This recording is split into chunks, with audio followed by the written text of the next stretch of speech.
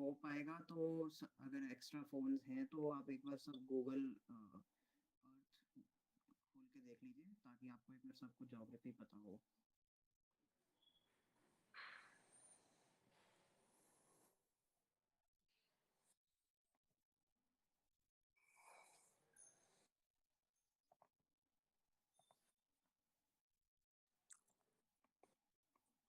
मोहम्मद की एक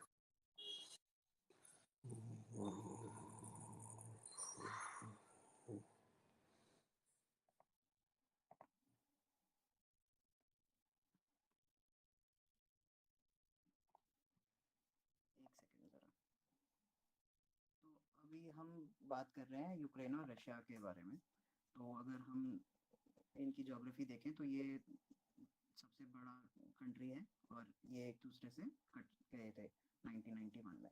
तो आज का प्रेजेंट कॉन्टेक्स्ट ये है कि लड़ाई हो रही है और 27 पर थोड़ी सी वॉइस को अपना ठीक ऊंचा करो।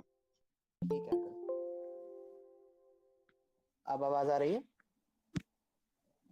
अब ठीक है। ठीक है अंकल। तो रशिया यूक्रेन का कॉन्फ्लिक्ट है, तो इसमें सबसे पहले जो अभी की प्रेजेंट कॉन्टेक्स्ट है हम उसके बारे में बात करेंगे। तो ये ज्योग्राफी है इनकी, और इसके आसपास की कंट्रीज मैंने यहाँ पे लिख दी है जो कि थिएटर्स ऑफ एक्शन है। तो अभी के हिसाब से प्रेजेंट कॉन्टेक्स्ट ये है कि कल पर थर्सडे को एक मीटिंग हुई थी यूरोपियन यूनियन की। उन्होंने ईयू की मेंबरशिप के लिए यूक्रेन को मना कर दिया है, और एक शहर है मारियोपोल, वो उसके ऊपर हमला हो रहा है, ठीक है। And Russia is using drones to carry out those attacks. And then Putin claims that there are some positive developments with the dialogue, but however, you can see that there's all trouble and destruction all across the country.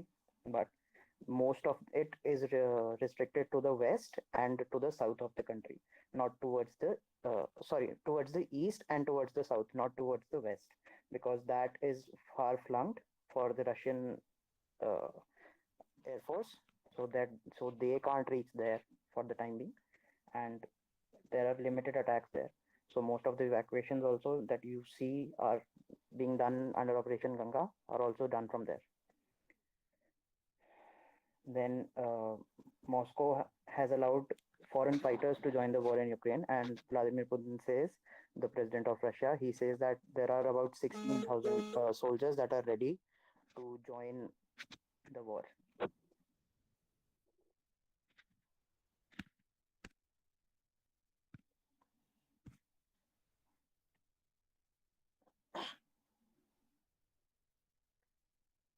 Slide show हो रहा है क्या? हाँ जी दिखाई दे रही है जी, slide दिख रही है, दिख रही है। Pranav, do it from the beginning. Try do it from the beginning. नहीं ठीक है चलते रहिए आगे। चलो फिर मैं ऐसे ही करके देख लेता हूँ, क्योंकि दो स्क्रीन से वो प्रेजेंट हो रही है ना, तो इसलिए थोड़ा इशू हो रहा है। तो ये है theatres of action. Russia green में है और ऑरेंज में है हमारा यूक्रेन, ठीक है। और आसपास की कंट्रीज लेफ्ट साइड में मैंने लगाई हैं, Belarus, Poland, Slovakia, Hungary, Romania, Moldova और बल्गारिया। और यूनिसेफ जो है ऑर्गेनाइजेशन, वो कहती है कि 1 मिलियन चिल्ड्रन, मतलब 10 लाख से ज़्यादा बच्चे ऑलरेडी आप नेबरिंग देशों में जा चुके हैं जब से लड़ाई शुरू हुई है। और अभी बातें चल रही हैं, पहले बेलारूस में बातें चल रही थी यूक्रेन और रशिया के बीच में, अब वो टर्की में चल रही हैं। तो उसके बाद व्लादिमीर पुतिन ने कहा भी है कि थोड़ा सा पॉजिटिव डेवलपमेंट है, बट अभी के लिए वो थोड़ा सा ही है, और रेजोल्यूशन तो कहीं सामने अभी तक नहीं दिख रहा है। And there's this organization called the International Monetary Fund. They have approved a $1.4 billion emergency aid for Ukraine amid the fighting. So this is how Ukraine looks like right now. These are all videos of rubble and everything. This tower is in Kherson, this one. This is Kiev, this is Chernihiv, and this is also Chernihiv's slide. Then there are sanctions that have been approved and that have been slapped on Russia. So some of them are that there are asset freezes and travel bans against individuals, and there is a sovereign debt rating of Russia, and that has crashed. I mean, that's been reduced to status of junk overnight. The London Stock Exchange, the EU Stock Exchange, and the New York Stock Exchange have suspended trading in 28 Russian companies. And there is a flight ban on Aeroflot, which is the national Russian airline. And there is a ban on Google ad revenue that has been slapped on Russia. Shell, the company of US, and BP, the company from United Kingdom, has stopped its operation in Russia. And Russia has also been cut off from SWIFT. So what SWIFT is the Society for Worldwide Interbank Financial Telecommunication. It provides a platform for financial institutions to exchange information about global monetary transactions such as money transfers.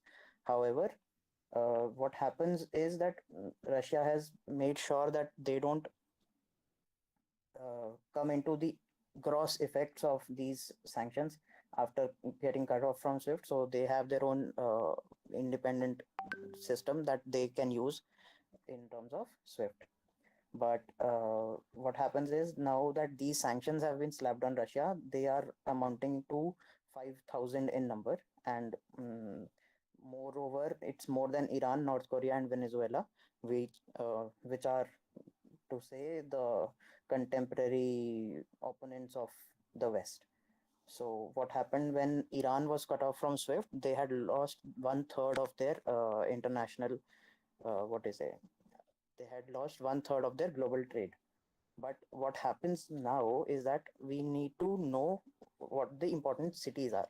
So I've mentioned some, and these are on the right. You have this. You have these theaters of conflict, which right now are under attack. This is the key for the map, and this is the center, Kiev, which is the capital. So you see this area. This is also under attack. These are also under attack. So the first thing you have to know about important cities is the Kiev is the capital, and Kharkiv, when USSR was there, Kharkiv was the capital of Ukraine back then. You have Chernobyl, the site where the nuclear power plant is, Mariupol, and you see Mariupol is right now under attack, which I had mentioned before. So Mariupol, as you see in the presentation, is right on the border of Donetsk and Luhansk. So why Mariupol is important is because Crimea, as we all know, was annexed in 2014 by Russia. So if you look at this picture, these are already separatist regions that Russia has said that they are independent in nature, and to make sure that these regions got independent, they attacked Ukraine. So if you see that Mariupol is here, so if this region gets into the red zone, that means that Russia has cornered everything from here to here. So that means that they cut off Ukraine from some area. Then you have Odessa, Lviv, where right now it's here, it's left here.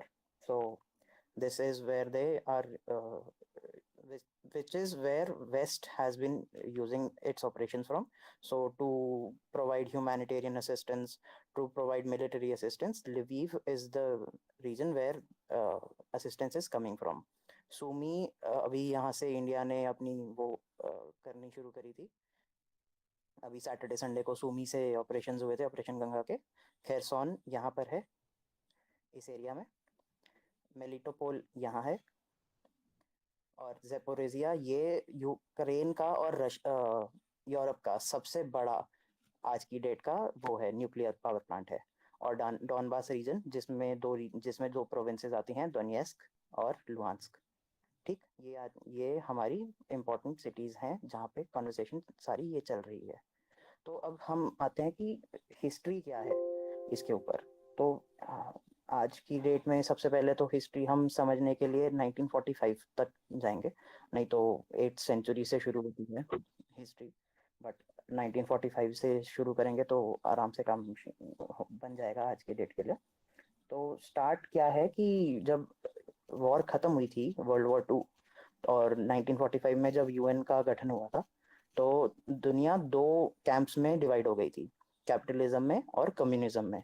और जैसा हम जानते हैं कि India ने non alignment movement से तीसरा एक कैंप बना लिया था, बट हमारा वो नहीं था कि हम किसी से भी लड़ाई करेंगे या कुछ।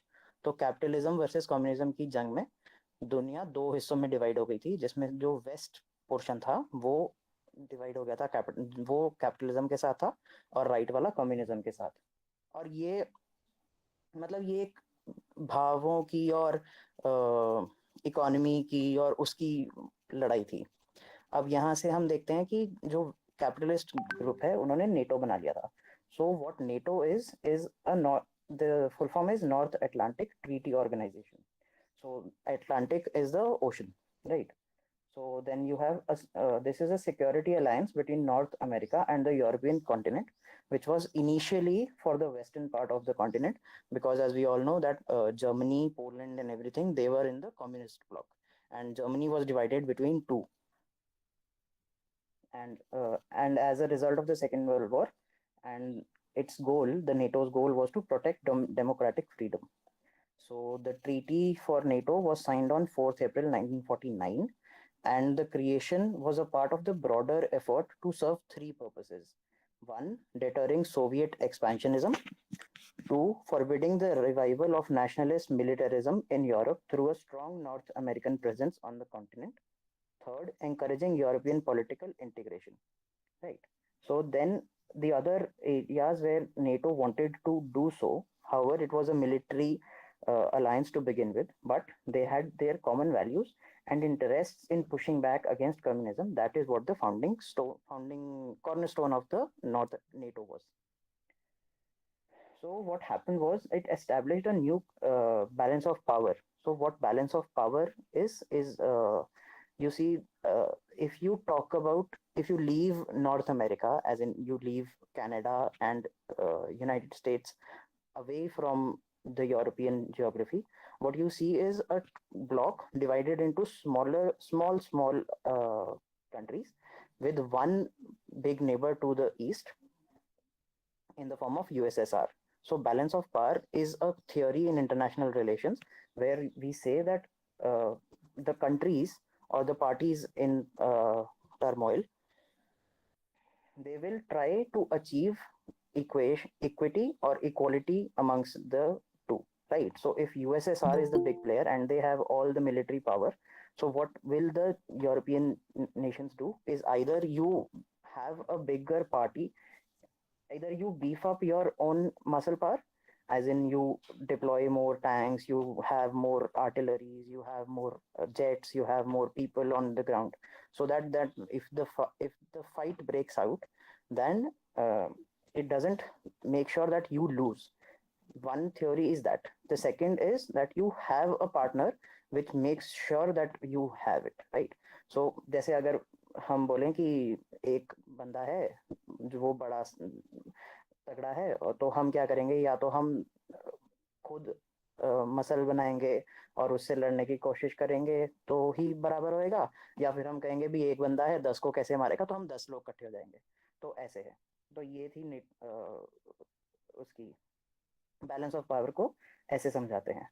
तो अब बैलेंस ऑफ पावर को बनाने के लिए नेटो ने आर्टिकल 5 यूज किया। उसकी पिक्चर मैंने बाद में लगाई है, अगर उसको आप पढ़ना चाहेंगे तो फिर उसकी वर्डिंग्स पढ़ सकते हैं।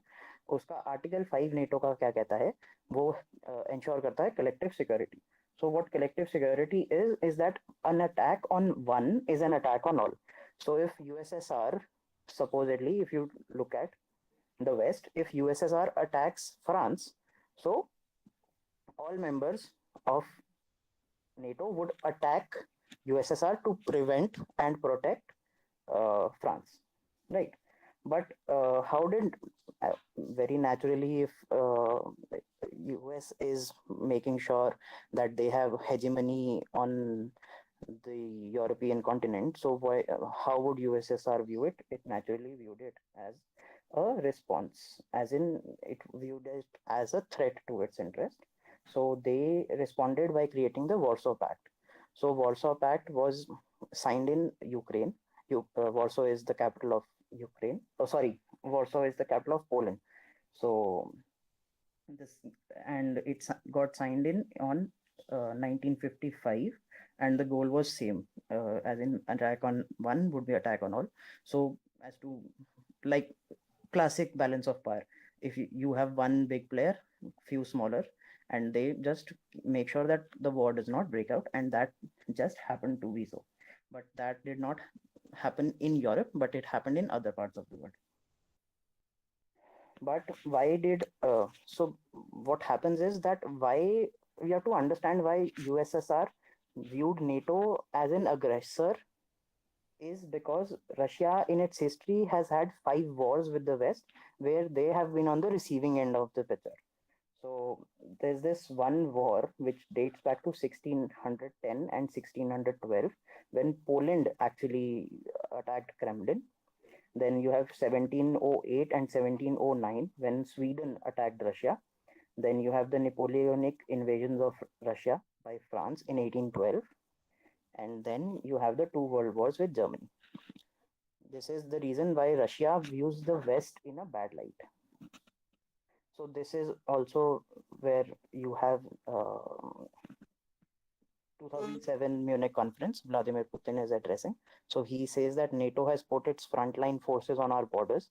This expansion represents a serious provocation that reduces the level of mutual trust, and we have the right to ask, against whom is this expansion intended, and what happened to the assurances of our Western partners made after the dissolution of the Warsaw Pact. But what happened is, uh, there's this city in Finland, which is the capital, called Helsinki. In September 1990, what happened was George H.W. Bush, the then president of United States, he proposed to Mikhail Gorbachev. He was the president of USSR back then.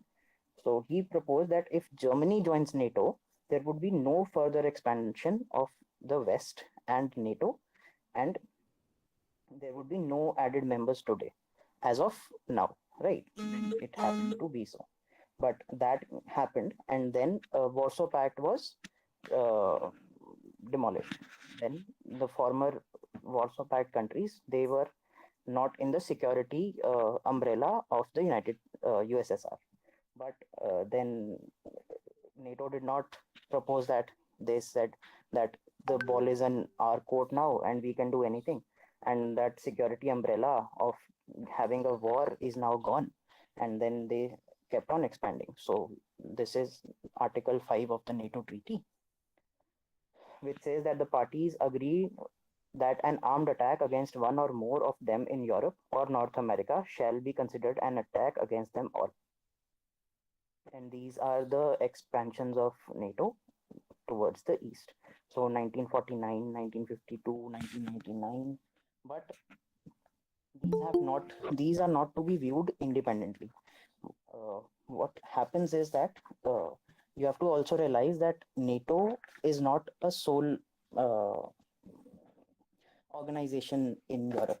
There's also European Union, which says that I mean, what is the fight all about? That Ukraine wants to join NATO and the European Union as well. So Article 2 of the European Union Treaty provides that the membership is open to any European state which respects the values referred to in Article 2, and which are respect for human dignity, freedom, democracy, equality, rule of law, and respect for human rights, including the rights of persons belonging to minorities. And as you see the waves of expansion, you have to also look at waves of expansion of EU also, not just NATO. As you look at it in the pictures provided below, I'll also say there have been 4 phases of EU's expansions also.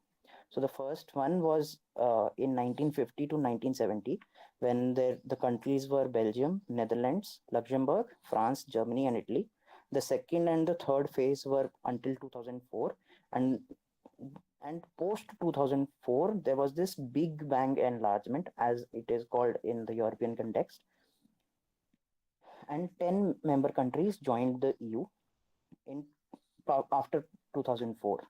In 2004 only. So there were Cyprus, Czech Republic, Estonia, Hungary, Latvia, Lithuania, Malta, Poland, Slovakia, and Slovenia. Bulgaria and Romania joined later, and the latest to join post 2004 was Croatia. You can also look at where they are in the NATO's expansions. You will also see that they also fit into this picture. So then there is also this concept that is called multi-speed Europe. So multi-speed Europe is a theory that is told in the European context, which says that there's development and power politics is also divided in terms of how Europe is also. So if you look at Europe solely, you'll find that the Western European countries are more developed, and as you move eastward, they are not so developed, right? I mean, developed to the context of India, the other Africa, and other countries, yes, but in terms of development in the sort of the ideal sense of development. So as you move from West to Eastern Europe, you'll find that the development has been slowing down, right? So uh, this depends on the fact that uh, obviously there's a lot of things to take into account when you talk of uh, American aid, your Marshall Plan, the Molotov Plan, and your security guarantees and everything. But the Western Europe is more developed. Eastern Europe is less developed. So with that comes the theory of multi-speed development, multi-speed Europe, which says that in terms of development and in terms of weight in policy decisions, the West controls more, and they have more to participate in terms of uh, decision making. Then also you have European neighborhood policy, which say it was launched in 2004 only, when there was this big bang expansion in the European Union, which has that the concept of it was that it translated the EU's wish to build a common interest in East, South Europe, also on the key policies. It was originally meant for former Soviet Union states. So it had 16 member countries. In 2009, they made partners with Armenia, Belarus, Azerbaijan, Georgia, and Ukraine. And there's also this Union for the Mediterranean, which has Albania and Algeria as their partners. So now we come to how the war actually began. So what happens is that Moscow, Russia, they give these justifications for their attack. They say that they are the aggrieved party and they're only acting in self-defense, and they are victims of NATO's eastward expansion. And other reasons why they attacked is that in Donbas region, what happened was Donbas is area that is comprised of Luhansk and Donetsk. So they have people who feel that Ukraine is attacking them. Ukraine is not considering them, and it is only infringing on their rights. As I mean, obviously, it is a contentious topic, but I'll give that to put into Indian perspective, as the Muslims of India say that in Kashmir, their rights are being expunged and everything. So they say that this is our reason why we want to separate from India. So that is what the thing is. So equal in terms of sense, but to the extent that we live in India and we know how things are. But that is what the Russian advance for Donbas region is. And then you have the demilitarization and denazification of Ukraine. So what happens here is that why demilitarization and denazification? These are the terms that have been used explicitly by Vladimir Putin. So he knows that you have to make sure that you have to put things out there so that people help you. So demilitarize in to help them uh, not have arms of NATO on their borders, and denazification to not have a radical view of it. And then you have also, like Sir mentioned in the first presentation when he said that why is that NATO and the West has showed their backs to Ukraine and is only supporting them in a moral stance and not actually on the date. So is why did NATO not act in time? Is that to everybody's surprise, the war was unlikely, right? Everybody was saying that the war will not happen, the war will not happen. So obviously that is not how things actually happened, but it was not perceived that way because Russia has done this multiple times. They did it twice in 2021 only, but this just happened to be so that they called the war on. And then NATO said that Russia is amassing troops on the Ukrainian border. Russia is amassing troops on the Ukrainian border, and it is a myopic and an arrogant foreign policy of Russia.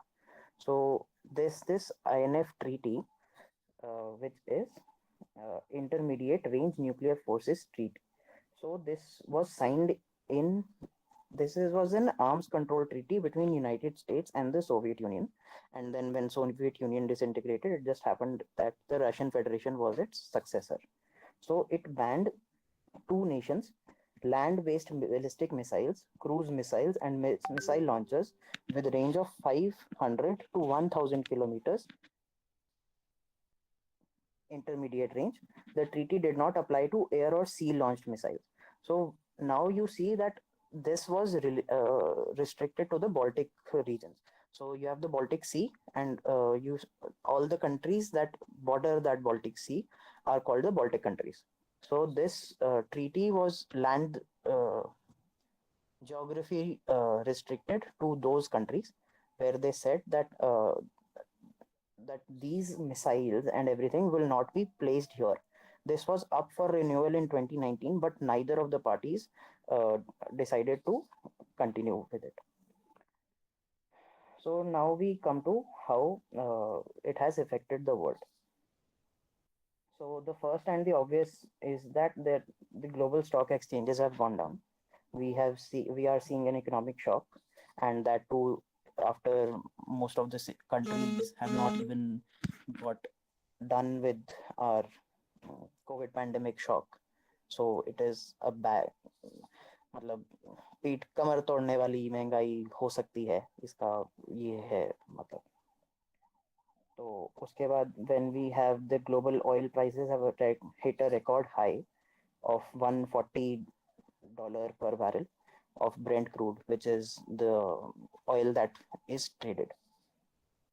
Then USA is talking to Venezuela for the production of oil and lifting of sanctions that have crippled their economy.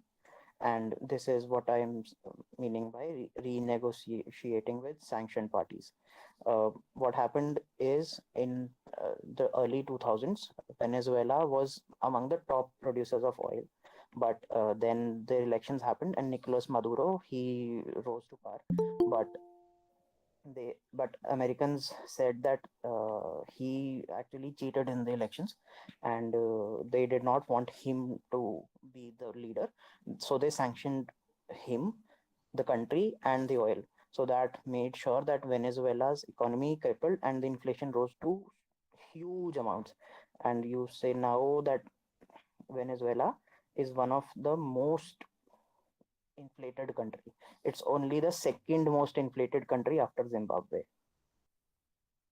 So now what happened is Venezuela, when on its peak, they used to provide 9 million oil barrels a day, but now 2 million oil barrels a day, but now they only produce 9 lakh. So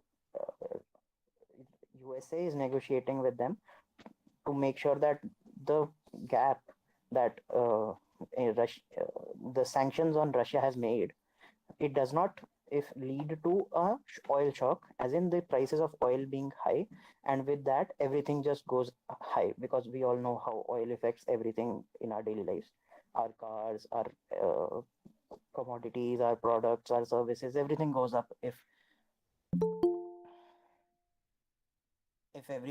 everything goes up if oil goes up, right?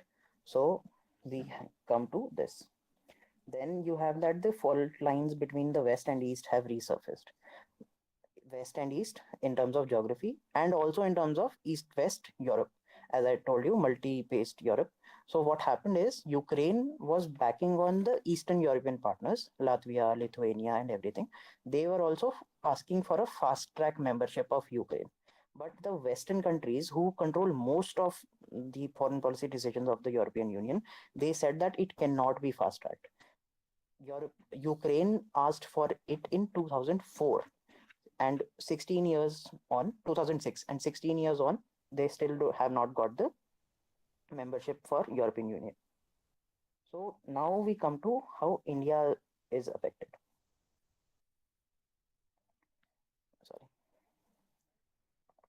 So first we'll relate to the diplomatic effects on India. So the first is that we had a policy of non-condemnation. So to understand why India has not taken a stance till now is in history. Obviously, we know that in the starting we had Mr. Jawaharlal Nehru as the prime minister. So he had this non-alignment movement, and he also had this policy of non-condemnation. Why? Because he was of the opinion that we have interests on both sides, to the west and even towards the east. So he said that the actions and everything would just keep on happening. But if we take sides, we make sure that we are open to condemnation and criticism as well, right? So he said that we will not name the countries and criticize them, but we'll make sure that we take a humanitarian stand, which has also been continued till now. So he said, in quote words, we have disliked intensely. So that was in terms of when Soviet Union and Hungary had a skirmish in 1956. So what? Why does India follow a non-condemnatory approach? Generally, is that there could be a direct breach with those condemned, and the government of India doesn't want to isolate or push into corner governments which it thinks curtails ability to find solution and has the ability and interest with parties it needs to protect. But uh, government of India has abstained on support with respect to Russia, as in we've always abstained from voting. We neither picked sides with the West nor with the East. So, how do you view this? So, I mean, I would not say this because I'm taking words from a former Indian permanent representative to UN and the former MEA spokesperson, Syed Akbaruddin. He said that you cannot view India's abstention as being in Russia's camp or as in the West's camp, because when India says no, it's and that too is not because of Modi and Putin have a close proximity with each other, is not because of that. Even if Congress was in power, they would have only said no, because when Shashi Tharoor had said that India should need to take a stand, the Congress was quick to act and say that his views are his own and it does not define Congress's views, and Congress is in support with BJP's decision and what they are doing with the terms of Ukraine. But what that means is when you do not pick sides, you obviously have a power concept and everything in the middle. And what happens is that the West can also military hardware.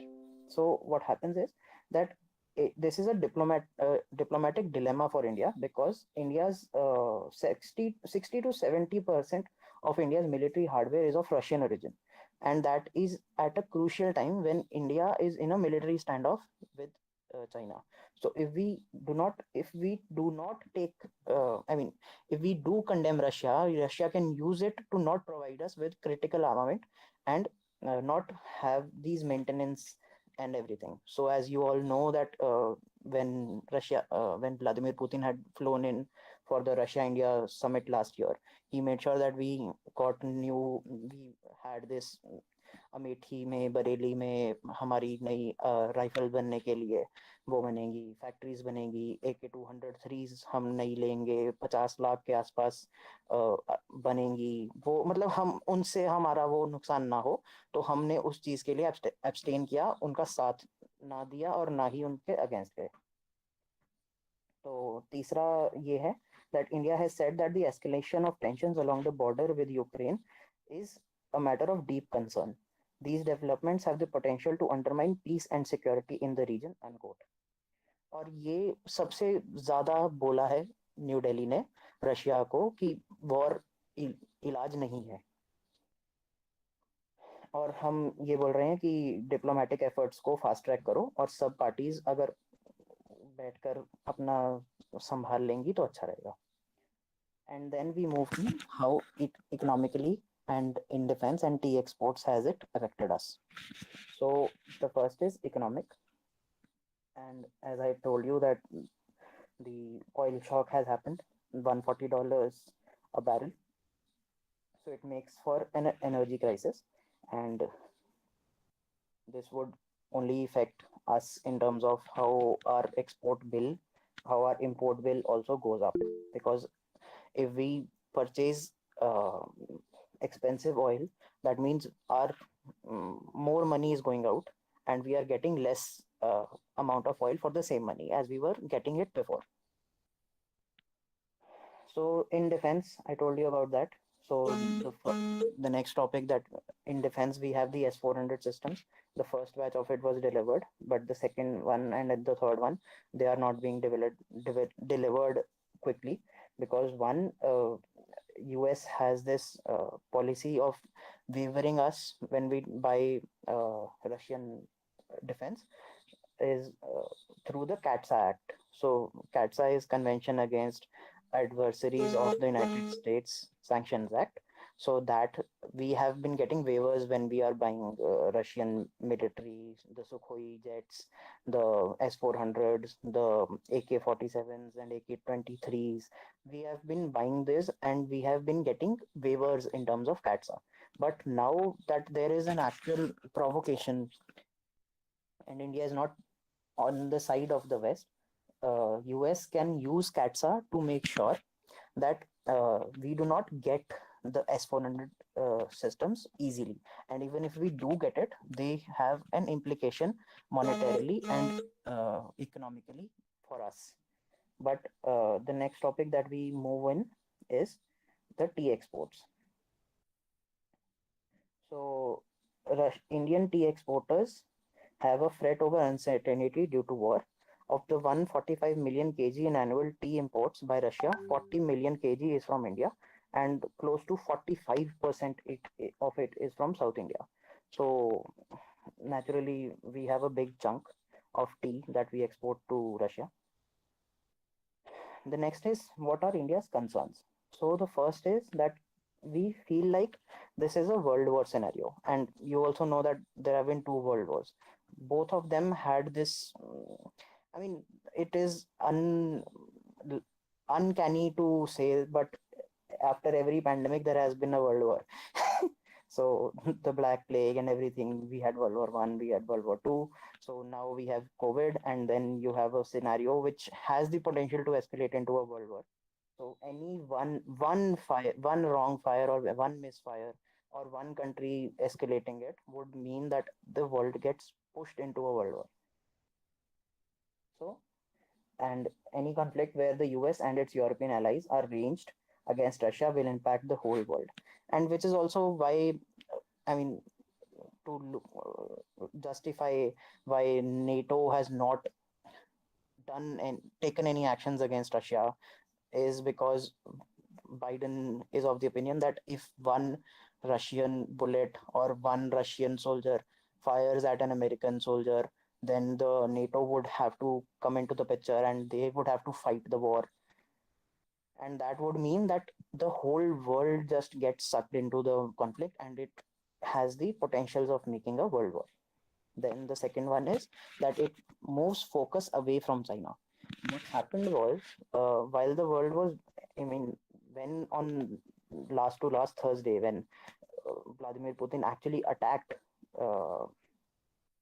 Ukraine, the world did not notice, but the PLA, the People's Liberation Army of China, they had 27 air incursions into the airspace of Taiwan, and that has just only fast tracked, as because we are not concentrating on China and its policies because we have an ongoing war.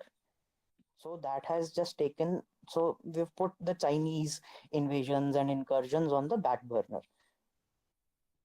Then India is also of the opinion that it would lead to a supply chain slowdown of semiconductors. So why does it say so? Is because Russia and Ukraine are important centers of global semiconductor supply chain, providing rare metals like palladium and gases like neon that are needed in the production of silicon waters present in almost all modern devices and equipment. And it would, the fourth is related to inflation. Then we come to how inflation is that the RBI could raise interest rates if food prices spike to maintain inflation within the targets, which is set for 4 plus minus 2%. That means 2 to 6%. And the inflation is cost push as demand is unchanged or rather decreasing due to the price hike. So then we come to India's opportunities. So the first is export related. So we could step up. India is only the fifth largest wheat exporter, and it is also one of our key exports. But when Russia and Ukraine are busy fighting, their exports have hit a record low. So India could step up and make sure that our wheat, our paddy goes to markets that need, and that would help in turn give us back some money that we have lost. The second is that it creates new job opportunities. So this conflict may disrupt the services of 80,000 to 1 lakh qualified professionals with digital engineering and IT skills from Ukraine, Belarus, and Russia. And they would move into neighboring countries in Eastern Europe.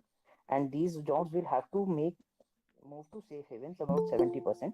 And these are likely to come to India because, as we all know, that India is one of the global tech hubs of the world. The third option is how India has come up as a global mediator. So ever since in 1945, India has always been on the stance that diplomacy is the key to resolution. And that has just helped us with this because right now only four countries and four world leaders are talking on both sides. The first one is obviously Narendra Modi. He's talking to both the presidents, Vladimir Putin and Volodymyr Zelensky. He's talking to both. He has had three conversations with either of them. The second one is President Emmanuel Macron of France, then Prime Minister Naftali Bennett of Israel, and President Recep Tayyip Erdogan of Turkey. So next we come to how multilateral institutions and these global watchdogs have failed to prevent this war. So I'll help you with this United Nations. The preamble says that we, the people of United Nations, determined to save succeeding generations from the scourge of war, which twice in our lifetime has brought untold sorrow to mankind, and for these ends to practice tolerance and live together in peace with one another as good neighbors, have resolved to combine efforts to accomplish these aims. Right. So combined efforts to what? So these are only in effect in paper, right? As we all know from now, for now, we know that Russia and Ukraine are at war. Their interests could not meet. Their leaders could not meet to make sure that their interests were kept in check. And that had led to this war. But in terms of how United Nations perceives is a very idealistic and a utopian stance of how things are, that everybody lives in peace, talking would solve all problems, but that has not happened. Then you have the Article 1 of the United Nations that maintains international peace and security, to develop friendly relations among nations, to achieve international cooperation. But that has just failed to, that has just, we all can see that it has failed, and that is just the problem. Pranav जी थोड़ा संक्षिप्त करेंगे इसे? बस खत्म होने वाला है. अच्छा, बस एक दो ही स्लाइड रहती हैं. And then you have the principles of European Union, which says that the common principles and values that underline life in the EU freedom, democracy, equality of rule and law, protecting peace and stability. And then we have the last topic, that is, what does South Asia, what Ukraine can teach to South Asia. So the first is that there have been, when we talk of geopolitics and international relations, we have these spheres of influence. Russia has a sphere of influence in Central Asia. It has a sphere of influence in Eastern Europe. America has a sphere of influence in Western Europe, and like that. So the first thing that we need to know in the present context is that India and China are fighting for dominance. So many middle powers also are fighting for dominance in their own regions. And I'll quote, and this is from a scholar. He says that some Chinese scholars tell us to take it easy. They say Asia, at least Asia, East Asia, has always been part of China's sphere of influence, right? So India should just simply get used to it. But India is also no stranger to influences and sphere of influences. And Delhi's regional policy has anything but, they have made sure that our neighbors are on the same page. I'll quote from Shiv Shankar Menon. He was the former Foreign Secretary of India, and he, in his book, has said that until the 20th century, China was a peripheral to or absent from the security and political calculus of Indian polities, as was India to the Chinese, because of the absence of a common border until the 1950.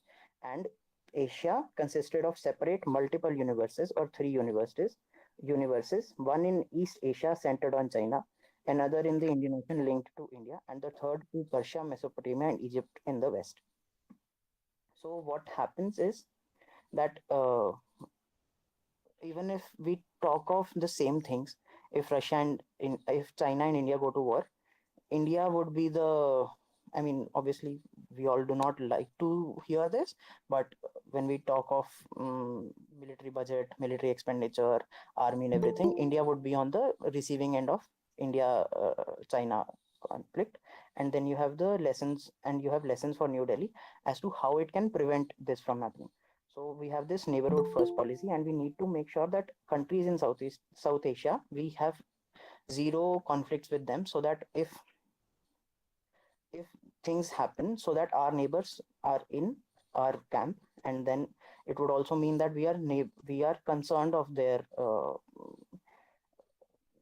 goodwill, well-being, and everything. And that India's neighbors should also not go too far when they play the China card, because we see things with Pakistan. They say that if things don't happen well between us, we have China to take care of you. Then with Nepal, of the Lipu Lake, and all those roads and everything, they are of the opinion कि China है तो हम उनसे बात कर लेंगे, India पीछे हो जाएगा, और ये ऐसा होगा. और फिर बांग्लादेश के साथ भी ये है. तो यही था, अभी तो बस खत्म. मैं दीपक जी सवाल कर सकता हूँ?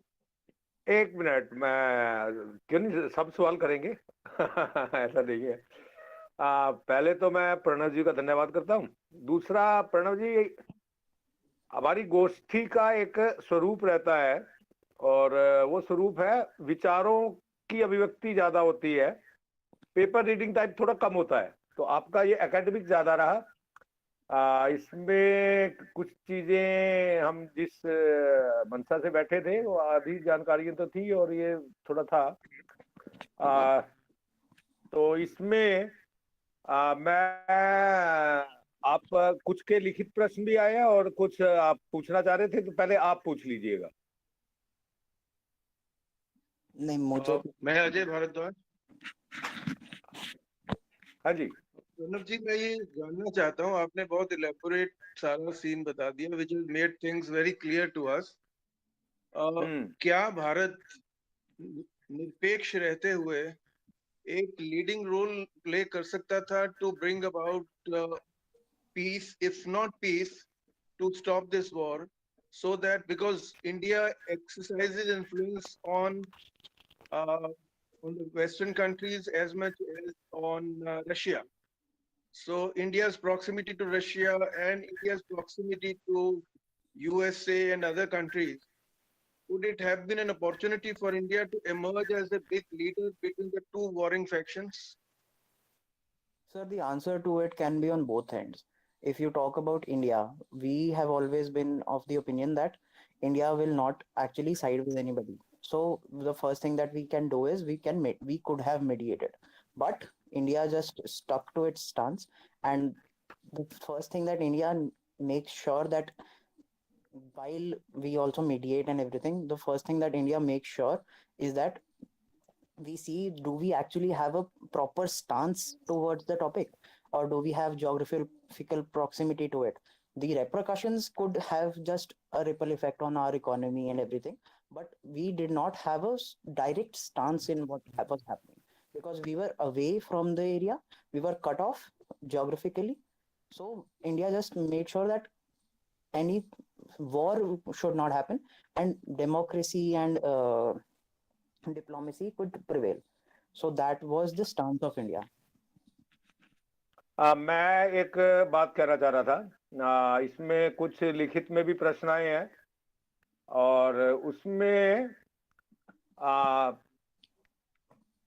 जब ये युद्ध शुरू हुआ 17 दिन पहले, तो पाकिस्तान के प्रधानमंत्री इमरान खान मॉस्को पहुंच गए थे और इंडिया मतलब उसमें उस तरह से अग्रेसिव नहीं रहा, या कह रहे हैं कि वो एब्सटेन किया, बाकी सारा किया। और ऐसे में क्या पाकिस्तान को बढ़त मिल सकती है इस सारे मामले में? दूसरा एक प्रश्न आया है दुष्यंत यादव जी का, क्या भारत इसलिए भी चुप है कि भारत का लक्ष्य पाक ऑक्युपाइड कश्मीर है? और तीसरा दीपक शर्मा जी ने पूछा है कि क्या इस युद्ध में यूएन कमजोर हुआ है? अगर मैं पहले क्वेश्चन को आंसर करूं, तो पाकिस्तान इमरान खान पहुंचा इसलिए था बिकॉज उन्होंने ही वो मीटिंग रिक्वेस्ट करी थी। तो पाकिस्तान एम्बेसी ने, मतलब आपको ये बात शायद पता हो या नहीं, पर 1945 के बाद शायद पहली बार ऐसा हुआ है कि रशिया और मतलब पहली बार ऐसा हुआ है कि इमरान खान, पाकिस्तान और रशिया एक एक्चुअली फोरम पे इकट्ठे बैठे थे, और ये गिड़गिड़ा कर रशिया ने रिक्वेस्ट मांगी थी, बिकॉज रशिया ने नहीं, पाकिस्तान ने मांगी थी गिड़गिड़ा के। पाकिस्तान ने गिड़गिड़ा कर ये रिक्वेस्ट मांगी थी, और उस टाइम पे भी ऐसा हुआ था कि इन्होंने सिर्फ एक्सेप्ट कर ली थी कि हाँ आ जाओ, और ये बल्कि पाकिस्तान के मुंह के ऊपर एक बेइज्जती है कि जब आप आए और हमने आपसे बात करने से जरूरी समझा कि हम एक युद्ध छेड़ दें। सेकेंड, दूसरा था कि भारत इसलिए चुप है कि पाक ऑक्युपाइड कश्मीर उसका लक्ष्य है। नहीं सर, जैसे मैंने आपको बोला कि वर्ल्ड वॉर के सिनेरियोज हो सकते हैं। अगर इंडिया एक गोली भी चला देगा तो पाकिस्तान से लड़ाई हो जाएगी, और पाकिस्तान से, क्योंकि पाकिस्तान ना, को लड़ाई की बात नहीं कर रहा हूं मैं, लक्ष्य की बात कर रहा हूं। लक्ष्य जरूर हो सकता है हमारा पाकिस्तान ऑक्यूपाइड कश्मीर, बट वो एक लॉन्ग टर्म प्रोसेस है, शॉर्ट टर्म प्रोसेस नहीं है। और तीसरा, यूएन कमजोर हुआ है क्या इस युद्ध से? जी जरूर। जब वही मैंने आपको उनके चार्टर के पॉइंट्स बताए कि हम एक पीसफुल रेजोल्यूशन सोचेंगे, दोस्ती बनाने में हेल्प करेंगे, वो सब नहीं हुआ, बिकॉज अगर दोस्ती बनी होती तो लड़ाई नहीं होती। और किसी का प्रश्न? जी एक प्रश्न है। हेलो। हाँ संजय जी पूछिएगा। हाँ हाँ, ये प्रश्न ये है कि जो Russian president mister Putin India आए बिफोर स्टार्टिंग दिस वॉर, उसका क्या सिग्निफिकेंस है, उसमें क्या योजना दिखाई देती है? और दूसरा ये है कि जैसे हम ये बात कर रहे हैं कि भाई इंडिया जो है वो इन्फ्लुएंस कर सकता था, तो वस्तु स्थिति में तो ऐसा लगता नहीं है कि इंडिया बहुत ज़्यादा इन्फ्लुएंस कर सकता है, क्योंकि ना इंडिया की इस तरह की मिलिट्री पावर है और ना ही इंडिया ज्योग्राफिकली कहीं सिचुएशन में है कि जहाँ पर कुछ और हेल्प कर सकता हो। तो इतना इम्पोर्टेंस जो बीच बीच में आ रहा है कि भाई हमने बहुत कमाल कर दिया, वो सब किस कारण से आ रहा है? धन्यवाद। सर, जब आप पहली सवाल जब आप बोल रहे हैं कि जब पुतिन इंडिया आए थे, वो 2021 नवंबर की बात है। उस टाइम पे तो बिल्डअप इतना ज्यादा था भी नहीं, तो मुझे नहीं लगता कि उस टाइम पे, मतलब इनसाइड स्टोरीज मुझे नहीं पता, बिकॉज मैं गवर्नमेंट में तो हूँ नहीं, ना ही मैं एमईए में हूँ, तो मुझे नहीं लगता कि अंदर उस बारे में भी कोई बात हुई होगी। यदि हुई भी होगी तो फिर वो ऐसे पब्लिक नहीं हुई है। But as far as I am concerned and as far as my knowledge allows me to say, I don't think that Putin would have actually talked to Modi about it. And even if he had, तो मुझे नहीं लगता कि मोदी ने उसको encourage किया होगा भी हाँ हाँ कर लो, कोई बात नहीं। दूसरी बात, आपका सवाल था कि हमने बड़े क्या कर, दोबारा एक बार बताइए नहीं सेकंड नहीं, सवाल। मेरा ये पॉइंट था कि इंडिया अगर कुछ इसको इन्फ्लुएंस करना भी चाहता तो क्या इंडिया मिलिटरीली या अदरवाइज इस पोजीशन में था कि इसमें कुछ कर सकता था?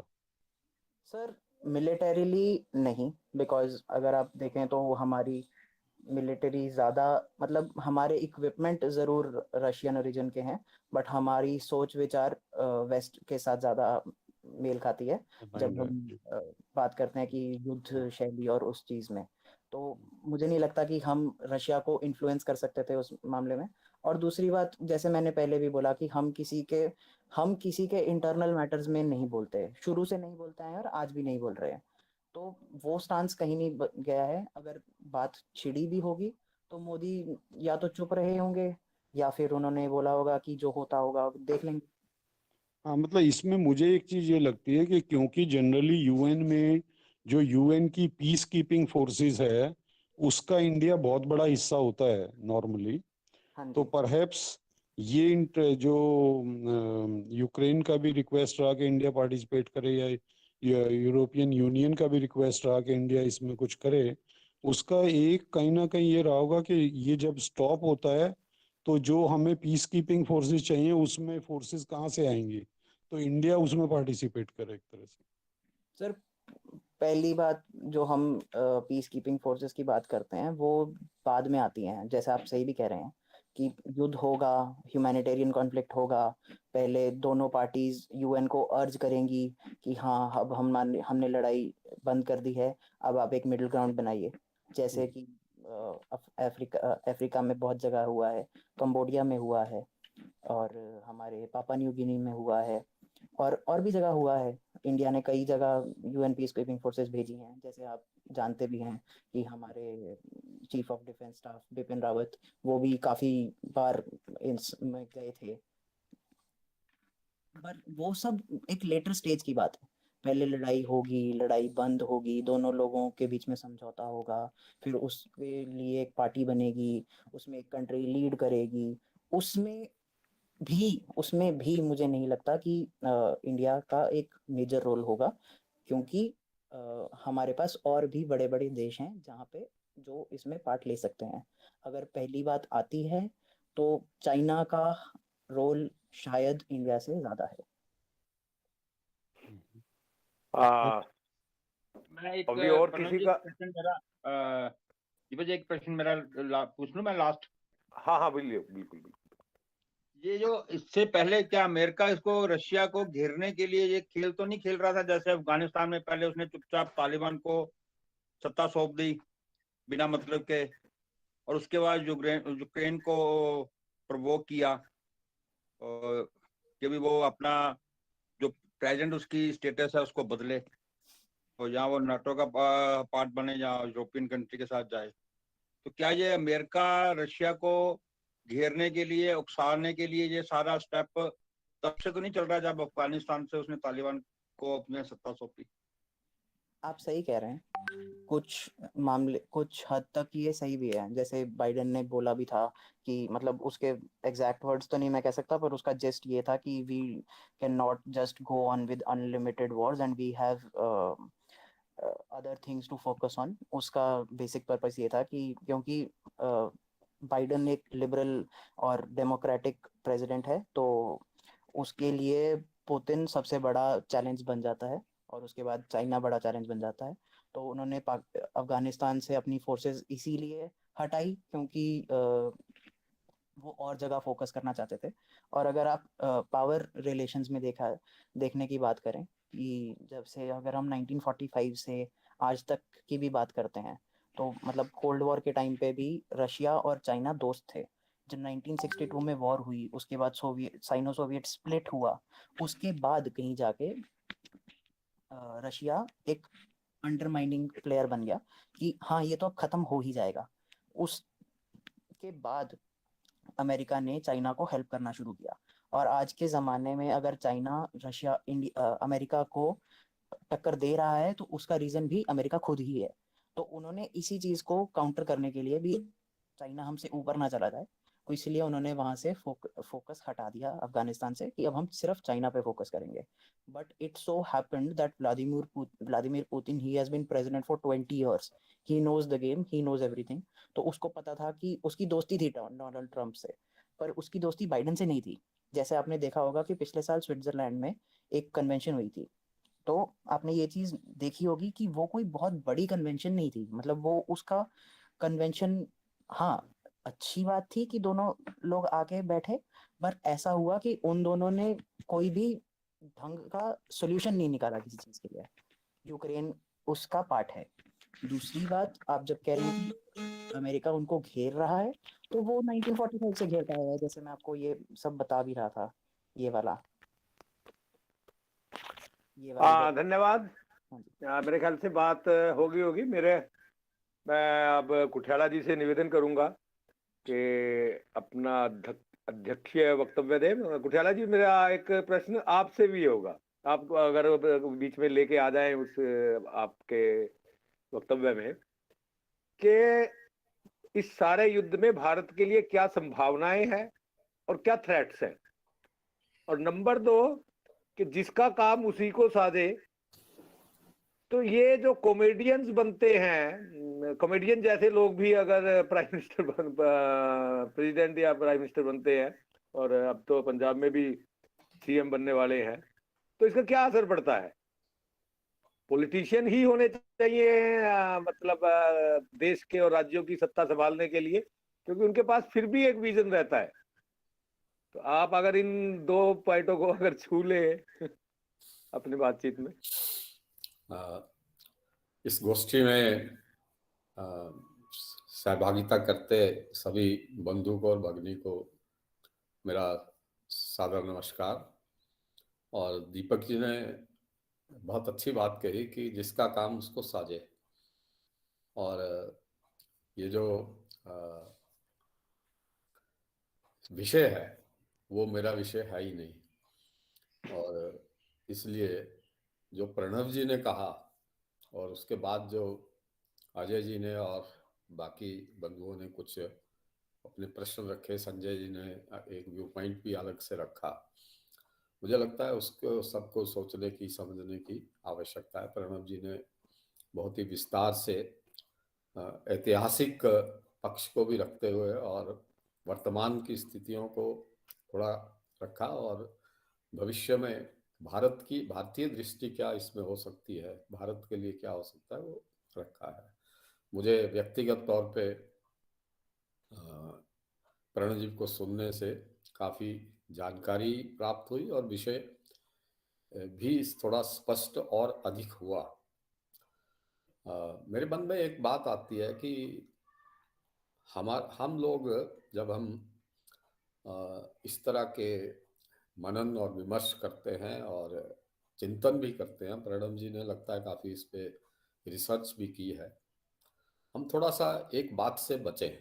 मैं आपको अपना एक अनुभव बताता हूँ कि हम लोग बहुत पहले की बात है, ऑल इंडिया का जो न्यूज़ बुलेटिन होता था उसमें काम करते थे। तो एक दिन राइटर की खबर आई कि American forces have liberated Grenada. Grenada एक कैरेबियन में एक छोटा सा आइलैंड्स का ग्रुप है, उसको खबर आई कि American forces have liberated Grenada. American फौज ने ग्रेनेडा को मुक्त कर दिया, और हम सुबह का 7 बजे का बुलेटिन कर रहे थे तो हमने भी उसको वैसे ही चला दिया, और बहुत बड़ी गलती हुई। उसके कारण से हमको सफ़र भी करना पड़ा, क्योंकि भारतीय दृष्टि में वो लिबरेशन नहीं था, वो ऑक्युपेशन था। तो जब हम ये कहते हैं कि सेकेंड वर्ल्ड वॉर के बाद दुनिया जो है वो दो हिस्सों में बटी। कहीं हमको ये भी देखना चाहिए कि नेहरू जी और उस समय की सरकार के प्रयासों से दुनिया तीन हिस्सों में बटी। एक हिस्सा था जो जिसमें वेस्टर्न यूरोप और अमेरिका मुख्य तौर से थे, दूसरा रूस और उसके बहुत से साथी थे, और तीसरा ऐसा उस समय हमने भी एक एनालिसिस किया था नॉन अलाइंड मूवमेंट में कि लगभग 27% आबादी मनुष्य की जो थी उस समय वो नॉन अलाइंड मूवमेंट में थी। तो हमको ये जो पश्चिम के दिए हुए पैरामीटर्स हैं उनसे थोड़ा सा कभी कभी ये समझ के चलना चाहिए कि वो हमारे लिए जाल भी हो सकते हैं। तो जब हम यूक्रेन और रशिया के कॉन्फ्लिक्ट की बात करते हैं तो इस समय की स्थिति जो है वो आपने प्रणव जी ने बहुत सुंदर उसकी व्याख्या की कि हमारे लिए थ्रेट्स भी हैं और हमारे लिए अपॉर्चुनिटीज भी हैं। मुझे लगता है कि हमारे सामने एक उदाहरण आना चाहिए तिब्बत का। किस प्रकार जब चाइना ने तिब्बत पर बहुत कम समय में धीरे धीरे से कब्जा कर लिया और दुनिया में कोई आवाज उठी नहीं और भारत ने भी इस आवाज को नहीं उठाया, उसके कारण से आज हमारी जो स्थिति चाइना के साथ बन रही है, हमारे यहाँ बीच में कोई बफर नहीं है, हम direct border to eyeball to eyeball आ चुके हैं। उस समय की जो गलती है वो आज हम सदियों तक भुगतने का हमें एक डेस्टिनी हमारी बन चुकी है। इसलिए कहीं ना कहीं जब ये प्रश्न भी उठाया कि पाक ऑक्युपाइड कश्मीर, यूक्रेन पर रशिया का हमला और पाक ऑक्युपाइड कश्मीर के एरिया को फिर से अपने देश में जोड़ने को पैरेलल नहीं ट्रीट किया जा सकता। और इसलिए कल को ऐसा भी माना जा सकता है कि ताइवान को ऑक्युपाई करने का भी चाइना को एक एग्जाम्पल दिया हुआ मिल सकता है। और कहीं ना कहीं ऐसा भी हो सकता है कि एक इसका एंगल शायद प्रणव जी इस पे और प्रकाश डालते तो और अच्छा रहता कि चाइना रशिया की क्या मजबूरियां थी इसको यूक्रेन पे अटैक करने की, क्योंकि एक व्यू पॉइंट ये भी है कि वो डिफेंस में था, उसको अपने भविष्य के लिए, अपनी सुरक्षा के लिए ऐसा उसको स्थिति, उसको घेरने का प्रयास जो चल रहा था उसको उसने प्रीएम्प्ट करने का प्रयास किया है। एक ऐसा व्यू पॉइंट में मैं इसको सब्सक्राइब करूं या ना करूं ये अलग बात है, क्योंकि कई व्यू पॉइंट हो सकते हैं। उन्नत की गोष्ठियों में हम सभी व्यू पॉइंट्स पे चर्चा भी करते हैं और आपने भी बड़ा एक एकेडमिक प्रेजेंटेशन आपने की है। मुझे लगता है कि पंचनद में ऐसे ही प्रेजेंटेशंस होनी चाहिए जिसमें सभी पक्ष प्रस्तुतकर्ता सामने रखे और उसके बाद उसकी चर्चा हो। विषय यूक्रेन और रशिया का तो ये विषय आज सुबह से भी इसमें नई डेवलपमेंट्स हो रही हैं, कल रात से नई डेवलपमेंट्स हो रही हैं और आने वाले समय में और डेवलपमेंट्स होंगी। तो पंचनद शोध संस्थान का जो चंडीगढ़ केंद्र है, मुझे लगता है उसको ये जिम्मा लेना चाहिए कि समय समय पर नई डेवलपमेंट्स पे भी यूक्रेन और रशिया के इश्यूज पर आप इसी प्रकार की एनालिसिस बेस्ड, फैक्ट्स और एनालिसिस बेस्ड चर्चाएं आप करते रहेंगे और प्रणव जी और उनके जैसे जो स्कॉलर्स हैं उनको अपने साथ जोड़ेंगे और इन विषयों पे चर्चा रखेंगे, जिससे कि हम सब की सोच में कुछ क्लैरिटी आ सके, जो स्पष्टता आ सके और हम निष्पक्ष रूप से तय कर पाए कि वास्तविक सत्य क्या है, तथ्यों का आईना हमारे सामने आ सके। प्रणव जी, आपको बहुत बधाई। आप अभी काफी युवा लग रहे हैं और आपका बहुत अच्छा अध्ययन है और उस अध्ययन को आप और आगे बढ़ाएं और ठीक दिशा में ले जाएं उस अध्ययन को। परंतु मेरा आपसे बड़े होने के कारण से एक आग्रह है कि अपने पैरामीटर्स और अपनी सोच को भी बनाएं।